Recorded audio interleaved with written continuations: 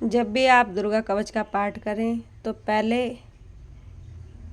दुर्गा कवच की पूजा करनी चाहिए। कैसे पूजा करनी चाहिए? जल से पहले मैंने छींट दिया है, इस प्रकार से छींटा लगा दिया जल का। और अब मैं तिलक लगाऊंगी माता को।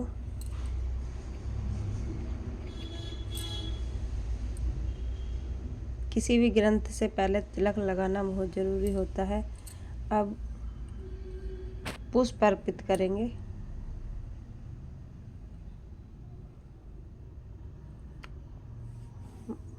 ग्रंथ को प्रणाम करेंगे, हाथ जोड़कर प्रार्थना करें। जब भी आप लाल कपड़े पर या किसी चौकी पर ही रखकर पढ़ें, पृथ्वी पर रख के कभी दुर्गा कवच का पाठ ना करें। तो हमने कोई भी पाठ करने से पहले विधि को जान लेना चाहिए और इस प्रकार से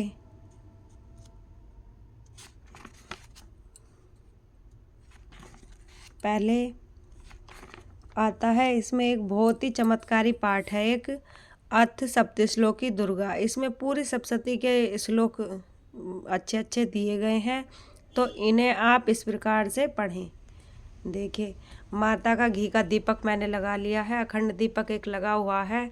और जल के लोटे, एक जल का लोटा जो भरा रखा रहता है, एक अलग से भर के रखा है। इसे आप बाद में पी सकते हैं। अगर पीना नहीं है तो आप किसी भी वृक्ष में न चढ़ा सकते हैं। आसन जरूर लगा लेना चाहिए। मैंने आसन लगा रखा है। अपना एक आसन जरूर ऊन का या पूजा का लाल आसन पर बैठ कर ही आप पाठ करें। तो इस प्रकार से कर लिया है। फिर उसके बाद में जब सप्तश्लोकी पढ़ लें तो आप दुर्गा माता की ये प्रार्थना दी हुई है, मैं पढ़ के सुनाती हूँ। श्री दुर्गा माता से प्रार्थना। शब्द के उच्चारण बिल्कुल साफ होने चाहिए। अगर एक बार में मिस्टेक हो रही है तो समझ के आप आराम से कर लें, कोई जल्दीबाजी नहीं है। ओम सर्वमंगल मांगल्ये शिवे सर्वार्थ साधिके शरण्ये त्र्यंबके गौरी नारायणी नमोस्तुते। ब्रह्मारूपे सदानंदे परमानंद स्वरूपिणी धूर्त सिद्धि प्रदे देवी नारायणी नमोस्तुते। शरणागत दीनार्थ परित्राण परायणे सर्वस्य तेरी देवी नारायणी नमोस्तुते। दुर्गे स्मृता हर्षि भीतिमसजंतो स्वस्य स्मृता मति व स्वाम ददासी। दारिद्र्य दुख व्यहारिणी का तो दुनिया स्वरूपकरणाय सदार्चिता।